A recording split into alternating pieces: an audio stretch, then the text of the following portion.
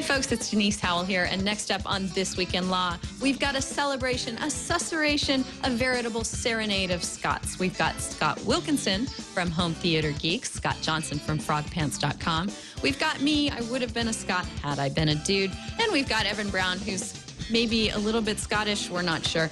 But we're going to talk about the new Star Wars Blu-ray release, lots of home theater related and home entertainment issues, bandwidth throttling, some creepy marketing, and nudity on Google Street View. Next on This Week in Law. Netcasts you love. From people you trust.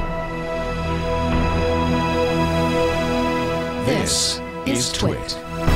Bandwidth for This Week in Law is provided by Cachefly at CACHEFLY.com. This is TWiL, This Week in Law with Denise Howell, episode 129, recorded September 16, 2011. 2.5 Scots. This episode of This Week in Law is brought to you by Carbonite Business, online backup for your law office. Carbonite Business backs up your computer files automatically and continually and keeps them safely off-site. Try it free at carbonite.com and get 2 bonus months with offer code TWiL, TWiL. And by Vast Conference, the ultimate in professionalism, clarity, and flexibility for your conference calls, all at a low price. For 2 Vast Conference calls free with no commitment, go to vastconference.com and use promo code TWiL, TWiL. Hey folks, it's time for This Week in Law, where each week we bring you card-carrying members of the legal profession to talk about all those conundrums at the flashpoint of technology and law. And you know, we really are card-carrying. I do have a bar card right here, which has, as far as I can tell, one use. There's one use to have this card that the state bars issue to us. And my good friend and TWiL regular, Evan Brown, who's joining us again today. Hello, Evan. Welcome back to the show. Well, thank you for having me. I was just pulling out my card for this year. I've got to still peel it off the paper backing. It was in my desk drawer here, but I do have one.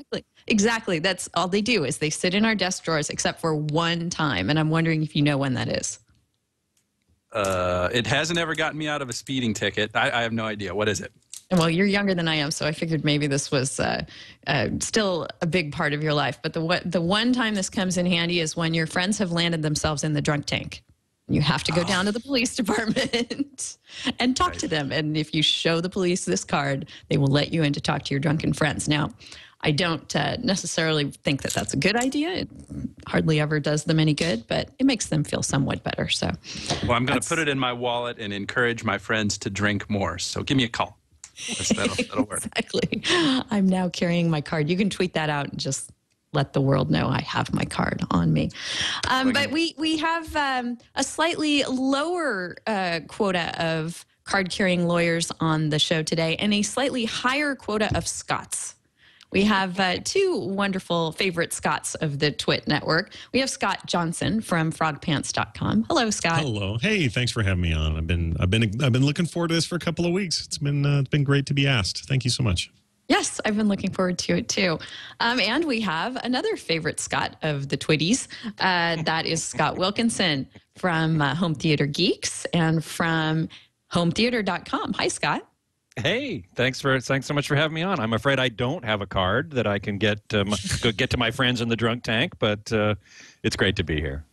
It's wonderful to have you. And I should just let everyone know that our Scott quota is somewhat further skewed by me, myself, because had I been a guy, I'm told by my parents I would have been named Scott. So, oh, wow. Well, there you go. There we go. We almost have 3 Scots. 2.5 Scots. We were 2.5 Denise's. Scots. Yeah. Good name for a TV show. Denise at some point. That's crazy. Yep. Oh, they were going to name you Denise? Well, no, but I'm going to have to ask them now. I'm wondering if it's swappable. If you can just say, oh, well, if you were going to be Scott, perhaps I was just a chromosome away from being Denise. You could have been. Evan, are you Evan Scott Brown? No, I could for the day. You know, we can see. You know, I'd be an honorary Scott. I'd be happy with that. I was going to be Jennifer, so I have nothing to contribute to this. Sorry. Wow, I'm wondering what we could make out of Evan and Jennifer that doesn't, you know, conjugate well. Yeah. Evanifer. Yeah. Anyway. So whenever we can talk about Star Wars on TWiL, that sort of makes my week. So we have a good excuse to do that this week with the U.S. release, finally, of the much-awaited Star Wars Blu-ray complete set, which has come out. But unfortunately, the universal reaction seems to be the line of Darth Vader in the new version, no!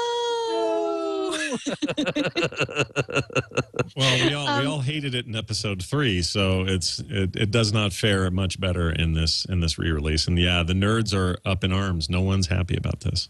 Right, and what Colin in the studio is putting up there is somebody's Tumblr post suggesting that all the good reasons for torrenting instead of going out and getting the Blu-ray that came out today. So I thought it was just interesting that people might wait, see how things looked, hear a few of the reviews, and then unleash the pirates.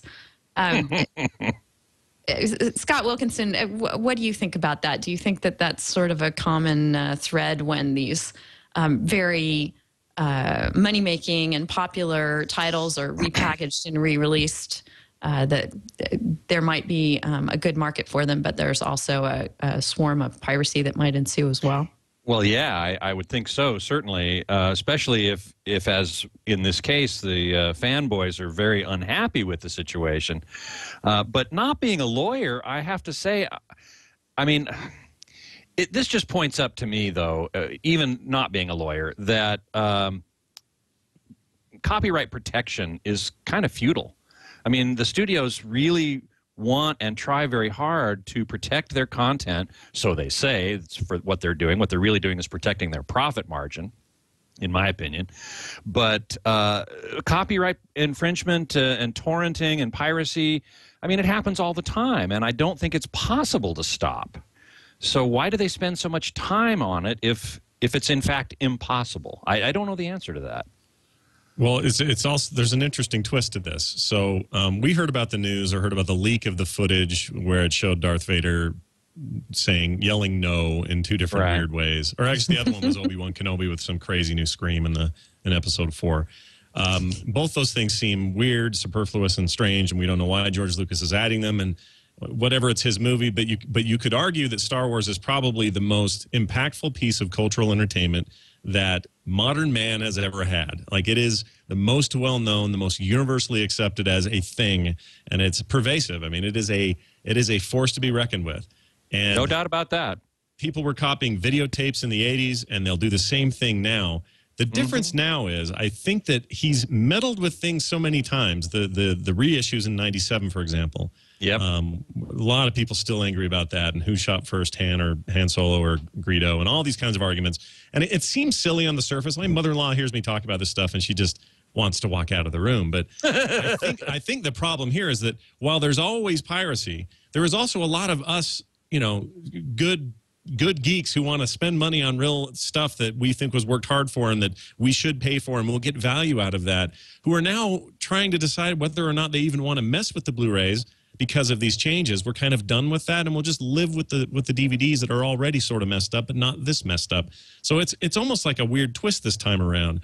People may still want high-def content, but now instead of thinking, well, I'd really like to pay for it, well, maybe I just won't bother and I'll torrent it. And so I think it's dangerous on the studio side and on the creative side to make these changes, because it will push some people into into pirating copies of the movie more than they would have otherwise. I'm convinced of that. That was my question. The other side, but yeah, that was my question. Will the changes that Lucas made, yet again fiddling with this beloved content, push more people into illegal activity, i.e. piracy and torrenting, than it would otherwise? Is the studio, is George Lucas shooting himself in the foot? Yeah. Yeah, and he seems to take a real interesting approach toward policing piracy. Before we came on today, we were playing some remix of Yoda that just came out today. Somebody symphonically sort of making an electronica version of some of Yoda's greatest moments.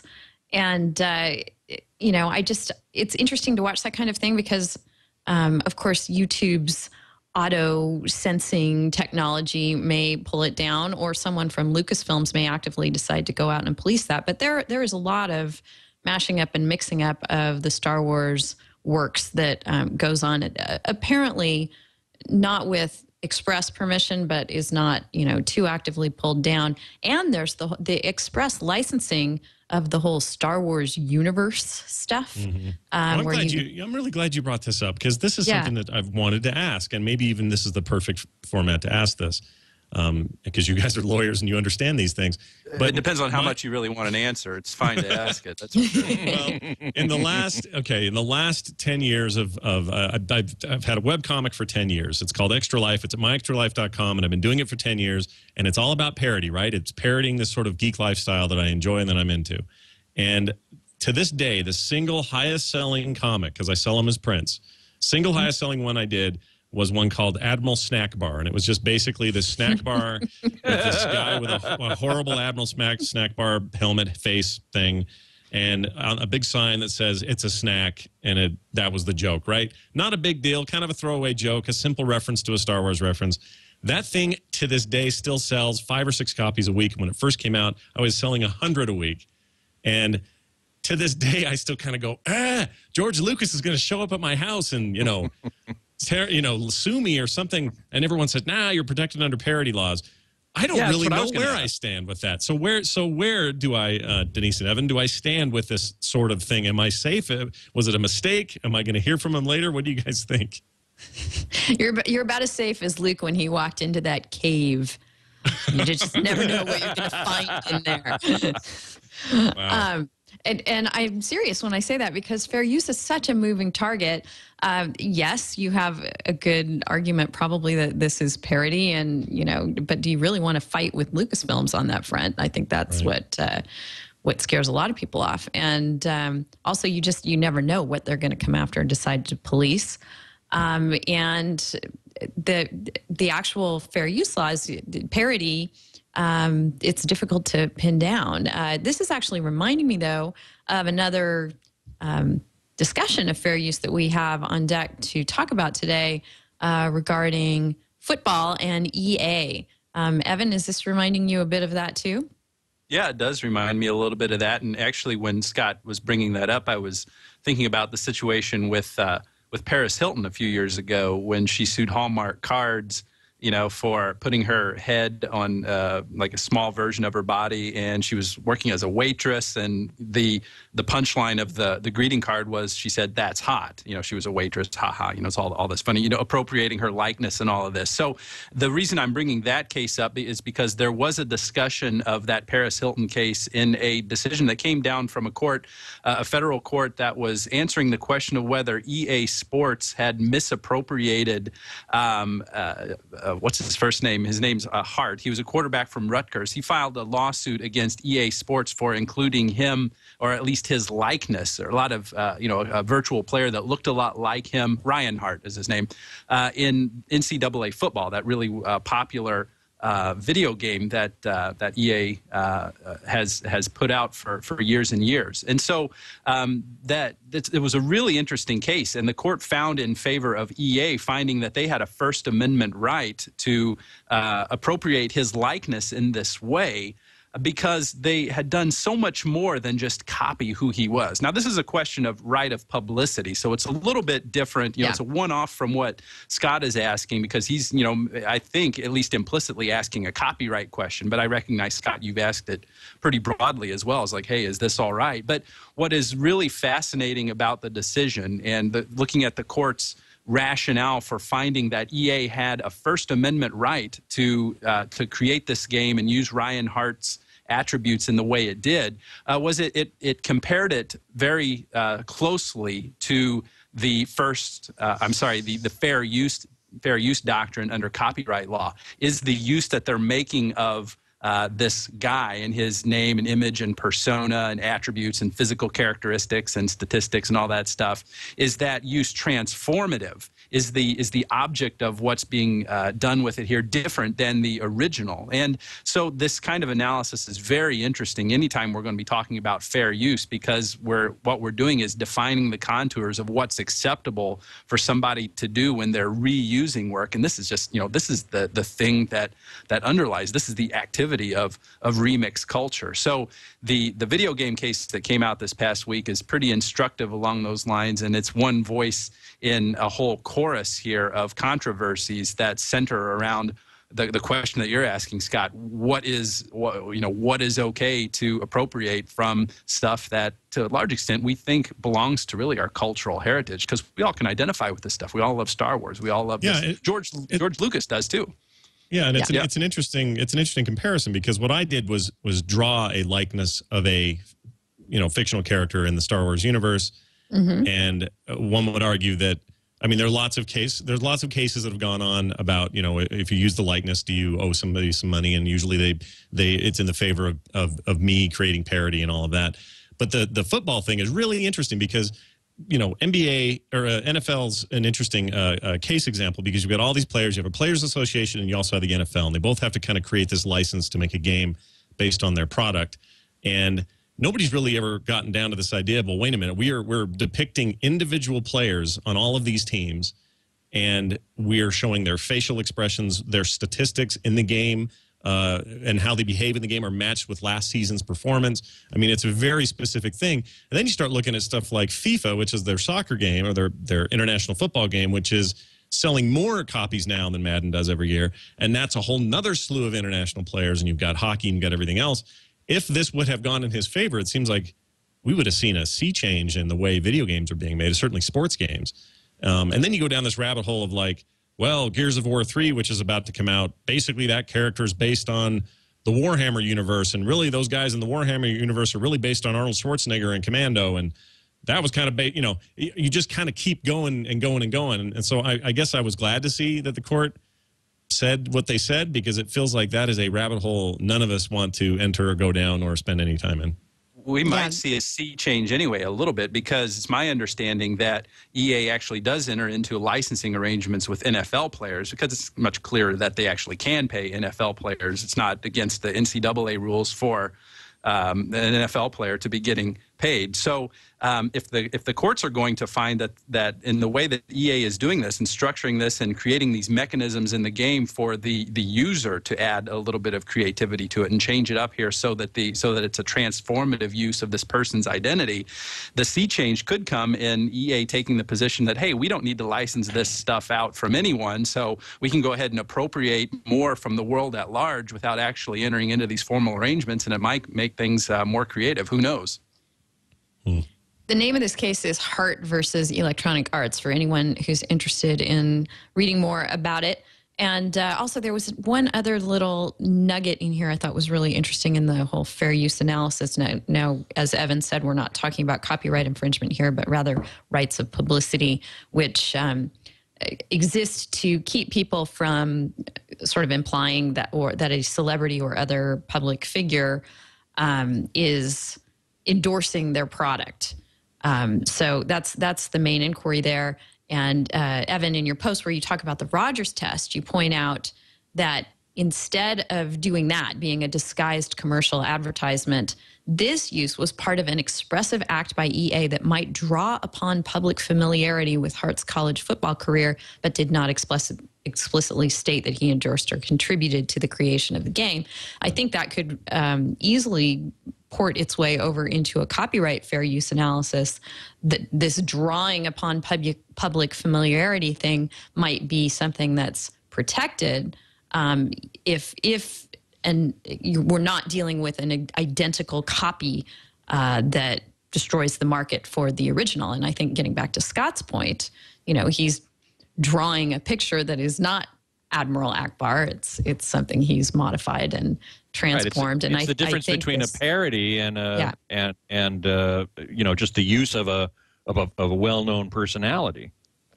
Right. Yeah. So, Scott, we can't really directly answer your question because it's impossible to know, until you're sitting there in a court of law and presenting arguments to a judge about whether this is fair use or not. But yeah, it is interesting too to the concept that I'm able to sell that print. I don't, it's not a bunch of money or anything. I'm not getting rich from it, but the fact that I'm selling it is because people have a nostalgic connection to that character. And without that character, there is no parody of it. Without that character, there is no Star Wars. Without Star Wars, I don't have a print to sell. So I admit freely, I'm kind of on the backs of Lucas a little bit here. I'm like those tiny fish that hang around the whale, just eating all its leftovers. And I don't know if I don't know where that all stands. And it's an interesting place I'm always finding myself in, like trying to figure out, for example, on my morning show, we play old vintage commercials from the 40s and 50s, just as a total ironic, goofy, whatever. We're not really advertising for Coca-Cola circa 1951. We think the commercials are funny, so we play those. Well, I don't know if I'm technically really allowed to do that or to play those. So and I'm not trying to open up a whole nother can here, but you see what I mean. These kinds of things can be, interesting at the least and confusing at the most. Yeah, that's the kind of thing where you can probably find some really fun and interesting stuff to use that is in the public domain. But if we're talking about the 40s, you're probably not back far enough. Sure. Which is a whole nother argument about why copyright goes back too far. But anyway. Right, exactly. What were you going to say, Evan? Well, so much of this just depends on what kind of use you're trying to make of it. This transformative use, trying to do something different than what it was originally intended to be when it was made in the 1940s or 1950s. And this really lays the groundwork for an interesting philosophical discussion, or more of like a larger question about, what's appropriate for reusing content and drawing upon the human heritage of ideas for all this stuff. And there's a little bit of an irony or a little bit of a paradox here with George Lucas being so grabby because, his work draw so much on motifs of mythology and the hero story that have been around for eons, millennia. If you're into the works of Joseph Campbell very much, he was a mythologist, who's an academic who really did a systematic study of world mythologies. He lived, the better part of the 20th century from 1904 to 1987. He was actually buddies with George Lucas, and the idea of Luke Skywalker representing this kind of eternal motif of the hero going the hero's journey, hero's journey, the monomyth, going back and then, getting a boon that you bring back to the society. I mean, that is all, you can find that replicated so many times in mythology. So it's a little bit, the question arises, how far should George Lucas, in terms of, what is, objectively right, how grabby should he be on all of this stuff when he has relied so much on, he's standing on the shoulder of thousands and thousands of giants who have gone before him, telling this kind of everlasting and cyclical story of the hero's journey. Really, really an interesting question to ponder. Well, I'm glad we've gotten back to Star Wars, because I'd hate to leave that topic until we were thoroughly done with it.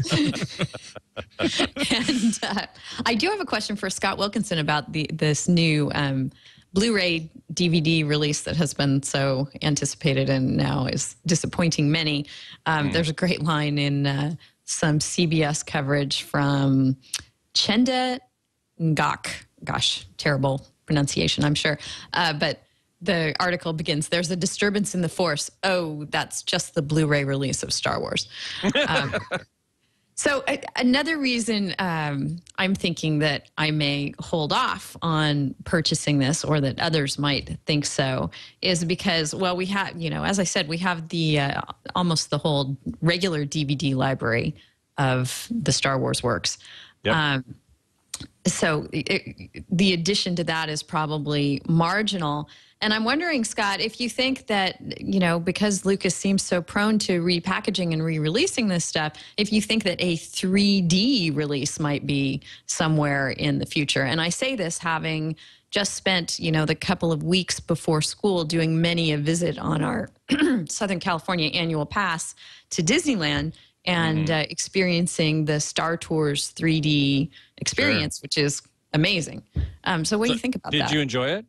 Oh, yes, definitely worth going. Incredible ride. Well, and I forget how many combinations they told me are possible, but I think as they did with the first one, they mix it up. So if you re-ride, you're seeing different segments of the ride each time you go. And there were, I think, over 40 possible combinations of how many ways you could experience the ride. But the 3D is great. You know, you've got the 3D is great. Yeah. Well, I'll tell you this. I do know that Lucas is working on converting Star Wars to 3D. Obviously, he didn't shoot it in 3D, but there are various ways to convert 2D content to 3D. And I know for a fact that he is working on converting it, and I assume he will release it in the theaters in 3D before he releases it on 3D Blu-ray. But I have no doubt whatsoever that he will eventually release it on 3D Blu-ray again. And it may very well have yet more variations and tweaks to it that he will make, because he does seem to enjoy doing that, which I have to say I don't object to on a philosophical or a fundamental basis. You know, I do that with my writing. You know, if I post something online and I see and I read it later and I say, oh, I should have done it this way, I'll go change it. So, you know, it's his creative property. He can do whatever he wants with it, and people can react to it however they want too. Sure.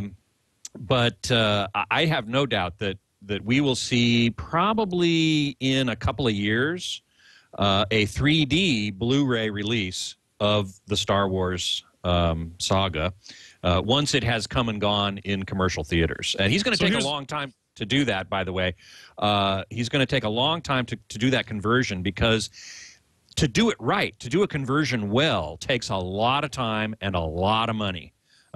Which is why we've seen a number of conversions, Clash of the Titans being the best example, that was done quick, lickety-split, right out of the, oh, we got to do this. It's 3D's the big thing, so we got to do it real quick. So they did it real quick, and it was lousy. It was horrible. On the other hand, I happen to think Alice in Wonderland, which was also a 3D conversion, they did a great job on it. So it depends on how you do it, but it can be done well if you take the time and the money. Well, here's a quick question for, oh, go ahead.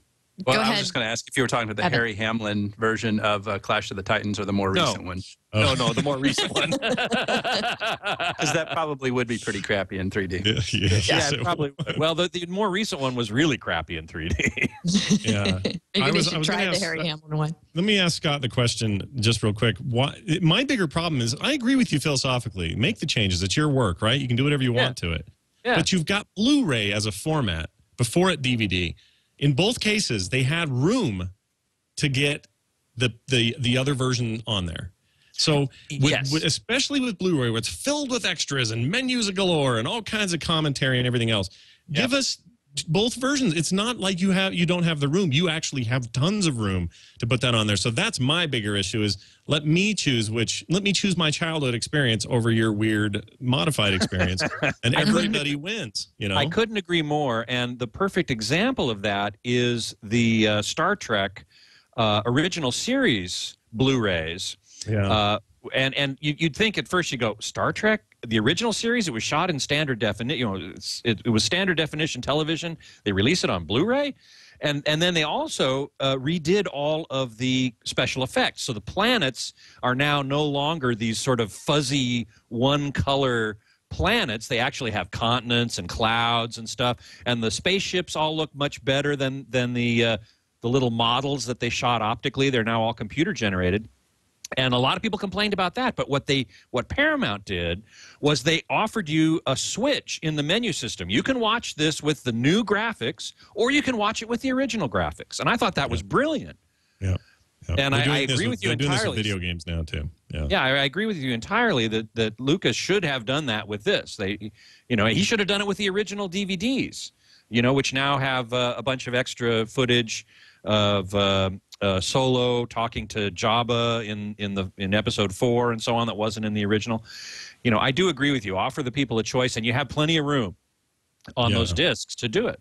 And you'd sell more, because there is some curiosity in all of us. Even if I don't care for the new changes, I'm going to watch them both. Because now I have the choice to do it. I don't like to be, forced down that path. So that's the only part that weirds me out about this. It's not a lot of extra work for them. They've already got the masters. Just make it, and I'll buy your Blu-ray collection. Right now, I'm on the fence. I'm not really sure what I'm going to do.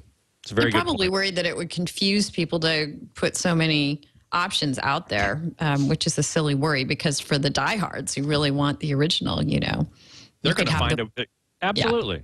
Yep. All right. Well, I want to talk more about 3D and its impact, you know, having just experienced the Naboo starfighter plunging through the screen at me at Star Tours. I can definitely envision George Lucas doing yet another repackaging of these works. And I want to talk about the impact of 3D on piracy, if any, in a minute. But right now, I'd like to thank one of our sponsors for this episode of This Week in Law, and that is Carbonite.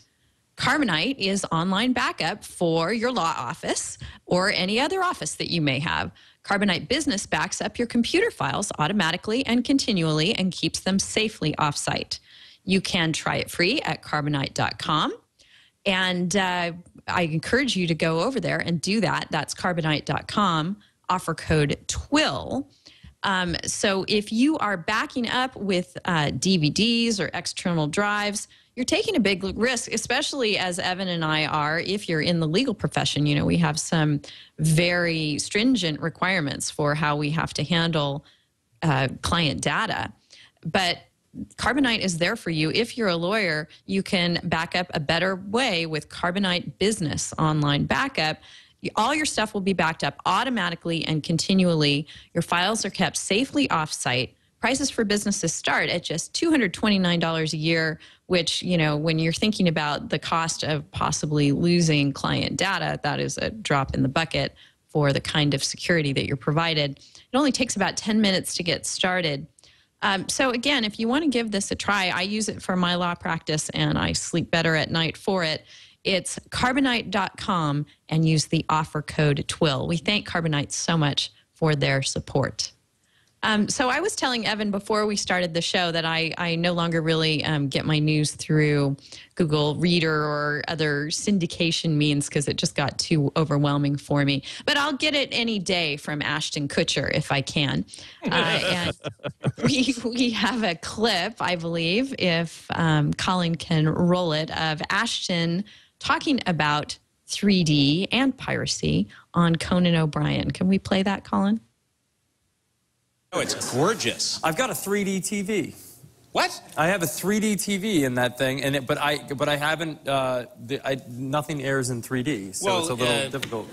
Like Avatar, how many times can you watch it? You know. Well, here's the thing about, like, 3D was supposed to, like, stop piracy, right? And that was like the whole, like, James Cameron's thing was like, oh, 3D is going to stop piracy, and then Avatar was the most pirated movie ever in the history of the internet. So I don't think it worked. No.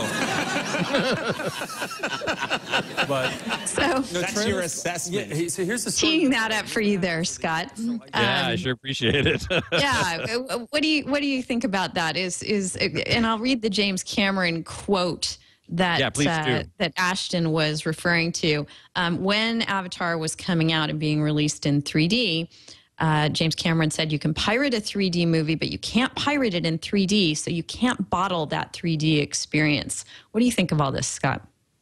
Well, I'm not sure that that's true. First of all, when he says Avatar's the most pirated movie on the internet, I wonder if it's pirated in 3D or in 2D.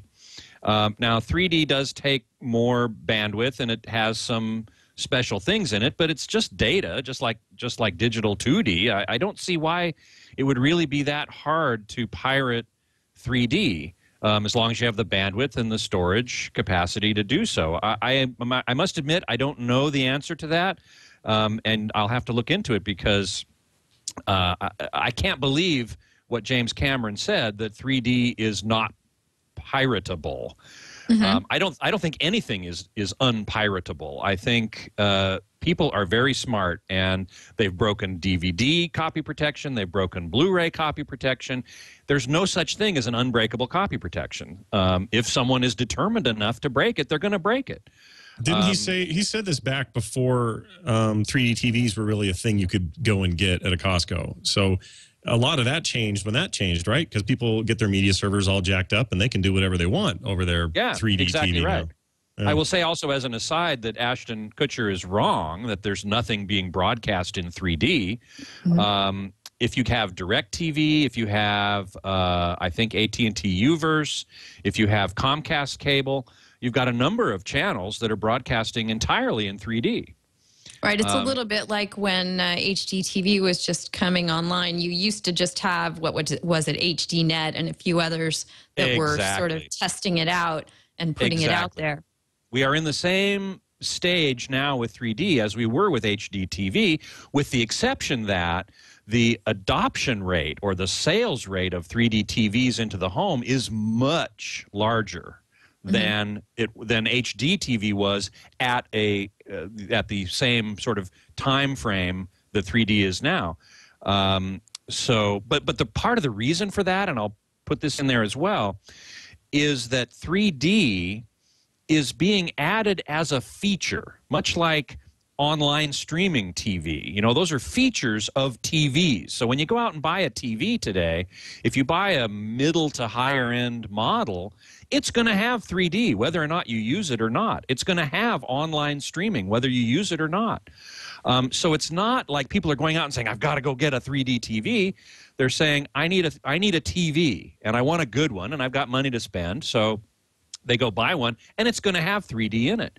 And so that's why the 3D numbers, I think, in part, are looking so much better than HD did at a similar period in its development. Right. I think that's kind of an interesting point that you've made about the uptick of 3D TVs being so much more rapid than the HD TVs. It seems to me that your whole job definition, Scott Wilkinson, has changed over the years from someone covering technologies that were aimed at the person who had the big room at their house where they could put in actual movie theater chairs and a popcorn machine, to all of us who can put up some form of flat screen on our wall and a stack of components and some surround sound speakers, and you know, we've got a home theater. Am I right that the definitions are changing? Yes, exactly right. As with most technology, it trickles down from the high end into the mainstream, and we're seeing that certainly with home theater now, where, as you say, you don't need a dedicated room with a projector and a popcorn machine and theater seating. That stuff still exists, of course, but in fact, I just came back from the CEDIA trade show where there was a lot of that sort of stuff. But a lot more people now can enjoy a big screen experience because flat panels, for example, are coming way down in price. And people are buying them routinely and putting them in their room, and you know, surround sound speakers or even sound bars, these sort of long, skinny speakers in the front that simulate surround. So yeah, you're right. You're exactly right that I'm now covering things that I wouldn't have covered 10 or 20 years ago. Right.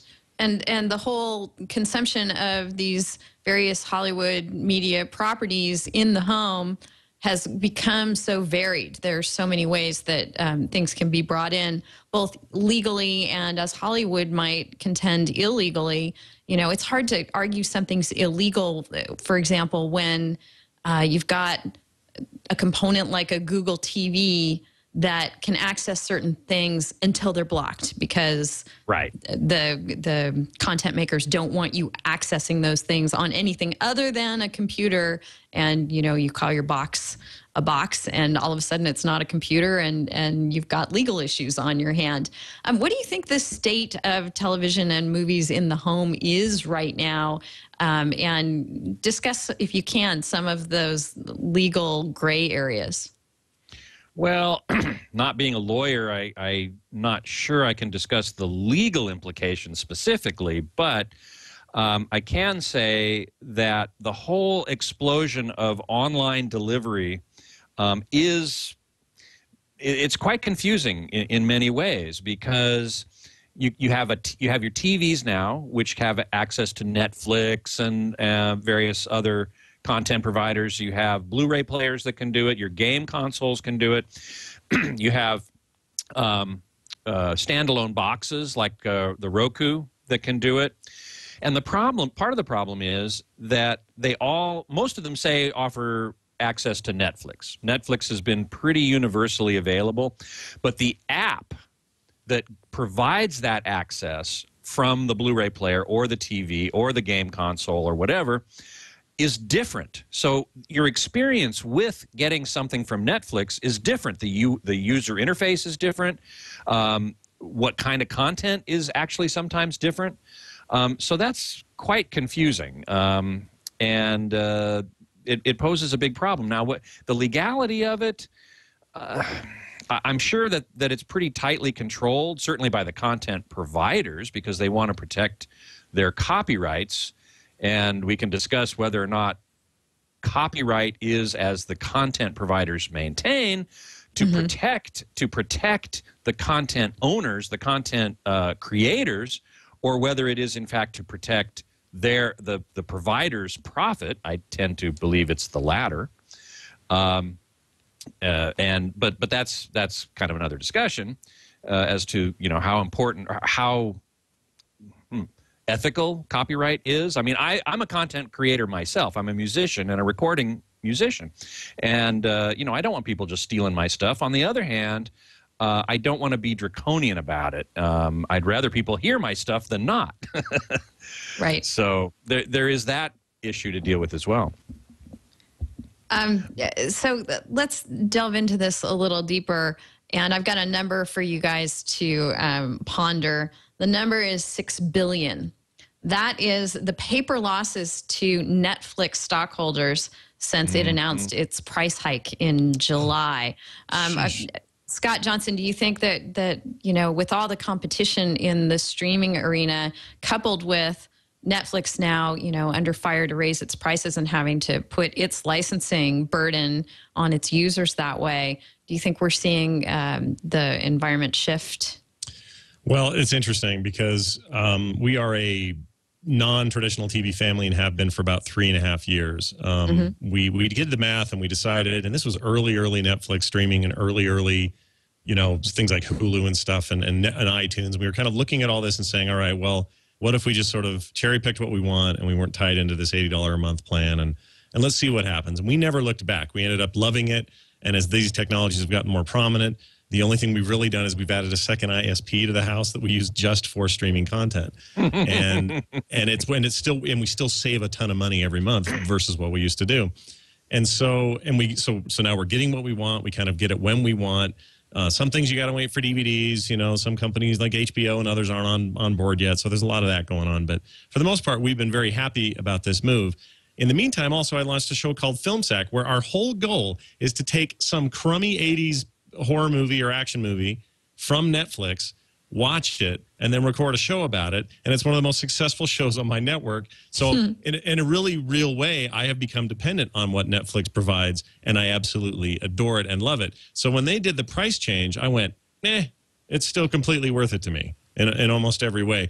I was so surprised to hear about how many people left. And I tried to get my head around, well, did they leave because they were ticked and there was kind of just sort of this, this mass decision backlash. Was that all it was, or was it people really going, ooh, in this economy, I don't know if I want to throw that extra couple of bucks out the door every month for this. We're not using it that often or whatever. I don't know how much of it was that, but I guess I'm surprised, and I'll bet you they're surprised, because I think they thought they've got this cornered. There's been really nothing but good feelings about Netflix for a very long time now, since their very early days with just disc rentals, and I think that they were caught off guard by it. I get the impression that they didn't expect that with that relatively small hike. It wasn't that big of a deal for a lot of us. I disagree. It was a big hike. It was, basically if you were getting streaming and DVDs by mail, you were paying $9 a month, and now you're paying, if you want both of those still, you're paying almost double that. So it's almost 100% increase. The streaming-only people were the ones that were probably least affected, and that's me. I haven't gotten discs from them, and I can't remember how long. And I was one of those people that's like, we still have a copy of, Breakfast Club under the couch somewhere, and we probably should watch that or send it back. And so we quit doing that. And so for us, it wasn't that big of a ding. But you're right. There are traditional customers who liked both and wanted both, and were suddenly being told that it was, nearly double. And that can throw them off. I think it threw them off more than they expected. I think that they were caught off guard a little bit. Let me ask you a quick question. Since you had DVDs and I presume Blu-ray, and you have a high-def TV, have you noticed any major difference in quality, in image quality of the stream versus the disc? Well, I mean, obviously, if I pick up this new Lord of the Rings Blu-ray collection, and I pop that in, I'm finding that preferable on my 60-inch TV to every other version I've ever had, including the crummy Stars versions that were on Netflix that were pretty bad. There are occasionally, the problem is inconsistency with Netflix. Like, occasionally I'll find something and go, man, this documentary looks insane on a big screen. I cannot believe how good that looks. Why don't they all look like this? And then I'll turn on one that's right next to it being recommended for me, and it'll look like garbage. So the inconsistency of how these things are being created, converted, encoded, I don't know where that's all at, and if they're all the providers are doing it separately and sending it to them, or if Netflix has any say on that. That would go a long way to improve that experience for me. But it's very inconsistent. Sometimes looks amazing, other times acceptable. I'll say this, on the whole, on the average, it's acceptable. I can live with it. It's fine. It's not that bad. But there are times where you'll see something that was really meant to be watched in at least good standard def, and it isn't even quite up to those standards. A lot of artifacting and whatnot. And you just kind of go, man, Netflix, what are you doing? You're ruining Die Hard for me, or whatever it may be. Right. Scott Wilkinson, do you think that the entertainment industry is consciously trying to encourage more competition to Netflix by working with Amazon Instant Delivery and the various other services out there? I saw mentioned on hometheater.com a service I hadn't heard of called Vudu. You think that's a good competitor in this field? In terms of streaming, it is. As far as I know, it really delivers the best quality. And at hometheater.com, we really are concerned quite a bit with quality. We want to reveal to readers where they can find the best quality. And so far, that still is on Blu-ray disc, physical media. But in terms of online streaming, Vudu does seem to deliver the best quality and consistent quality. As Scott was pointing out earlier, Netflix is not always very consistent. And I must admit, I don't know where that inconsistency comes from, whether it is from the people who provide the content or Netflix themselves as they compress it to actually stream it out. But yes, there is quite a bit of competition out there from various places. On the other hand, people, various content creators are choosing whether or not to be one place or another. I'm trying to think. There was recently, I think, Hulu stopped being on Netflix. I can't find that article right at the moment, but Hulu was more of a TV show service rather than a movie service. I think it was started by a number of TV networks. Right. And so, and the fact that they removed themselves from Netflix was kind of interesting, I thought. I would think that, I'm surprised at that, to tell you the truth, because is that, you're not, someone in the chat room wants to make sure you're not confusing that with Stars. Hulu was a whole separate property that was available. Yeah. Yeah, Stars is the company that just got, they're the ones that didn't get the agreement. Okay, my apologies then for misremembering that. Right. And Stars is obviously much more of a movie provider, and they provide it on TV through cable and satellite.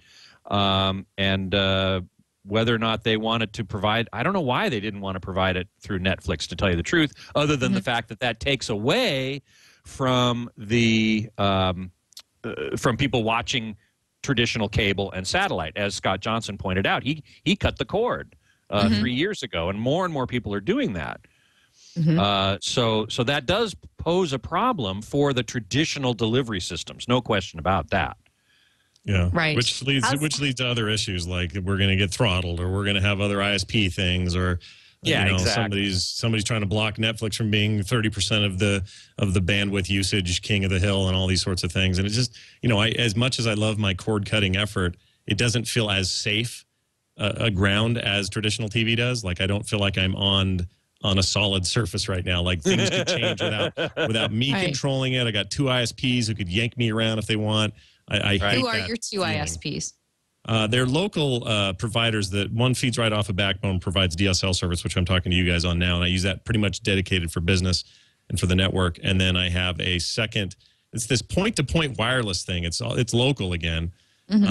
We can't get cable where we live, which is weird, but it's some city ordinance thing, and I could go into that, but I won't. But Drives me crazy. But this other one provides a really, really nice point-to-point wireless service that once it comes here, it's wired, but it's like this really thick pipe, and we can, if it's available in HD and it can stream, and if it's services like Vudu, which, by the way, Vudu, which is heavily steeped in the PS3, the one difference that has in terms of streaming is it's more like iTunes in it, that it buffers before you can play it, but it's also designed to download and sync to devices and computers and whatnot.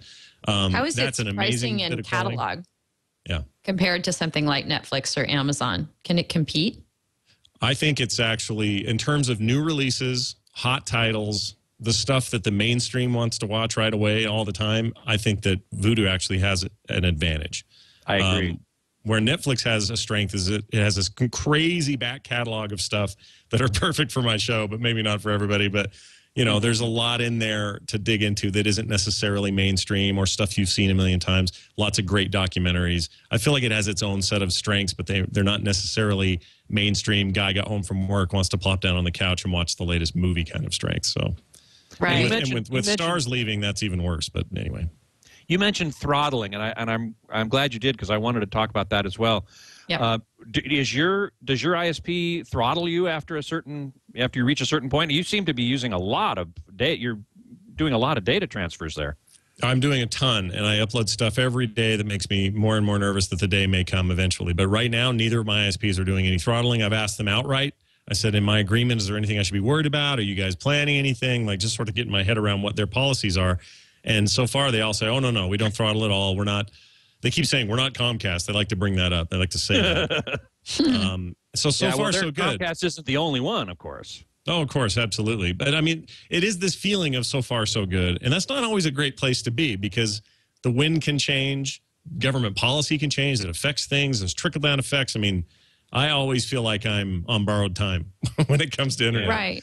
Well, if there's one thing this discussion has been underscoring, it's how the options for streaming both music and movies and TV are getting more and more diverse. And, you know, with more and more people cutting the cord like Scott, you're going to find the usage going up and up and up, and running into the throttling policies of the ISPs. Evan, are we going to see some relief from that perhaps under the Computer Fraud and Abuse Act? Well, you know, it's hard to say what the overall trend is going to be, but there was an interesting case that came out this past week. Well, it was on September 7th, so it was last week, from the federal court in New York, Southern District of New York. And what this is a class action that some Time Warner customers had filed against Time Warner, saying, hey, Time Warner, by throttling my service when I'm trading files with BitTorrent or even using Skype, by sending these forged reset packets in efforts to frustrate my attempts to share files or use these VoIP applications, you're violating the Computer Fraud and Abuse Act. And Time Warner moved to dismiss, saying, hey, this is not a Computer Fraud and Abuse Act kind of claim. Judge, throw it out. The judge did not throw the Computer Fraud and Abuse Act claims out entirely. Now, this is kind of interesting because the Computer Fraud and Abuse Act, we talk about it a lot on the show, is the federal anti-hacking statute. And so what it prohibits is accessing another computer without authorization and doing damage to it. So you have to use your imagination a little bit to actually think through, well, wait, now what is actually being damaged here? It's not like you're going in and destroying data. You're not installing malware. You're not corrupting anything. But what the court found was that the case can move forward. The way that the plaintiffs have set out their case here under the Computer Fraud and Abuse Act, saying that Time Warner was violating the act by sending these forged reset packets, that can go ahead and proceed. We'll go ahead and let you introduce evidence later. We'll have a trial on this issue here. So what's going on here is the court looked at what the definition of damage is here. There really were two things the court looked at. Was Time Warner actually accessing the computers to be doing this? And the court interpreted that term broadly, said yes, by sending these forged reset packets, this is access to the customer's machines. But where's the damage here? The court found, and this is the most intriguing part of the case, the court found by actually frustrating those attempts and limiting the availability of data that is damage, as that word is defined under the Computer Fraud and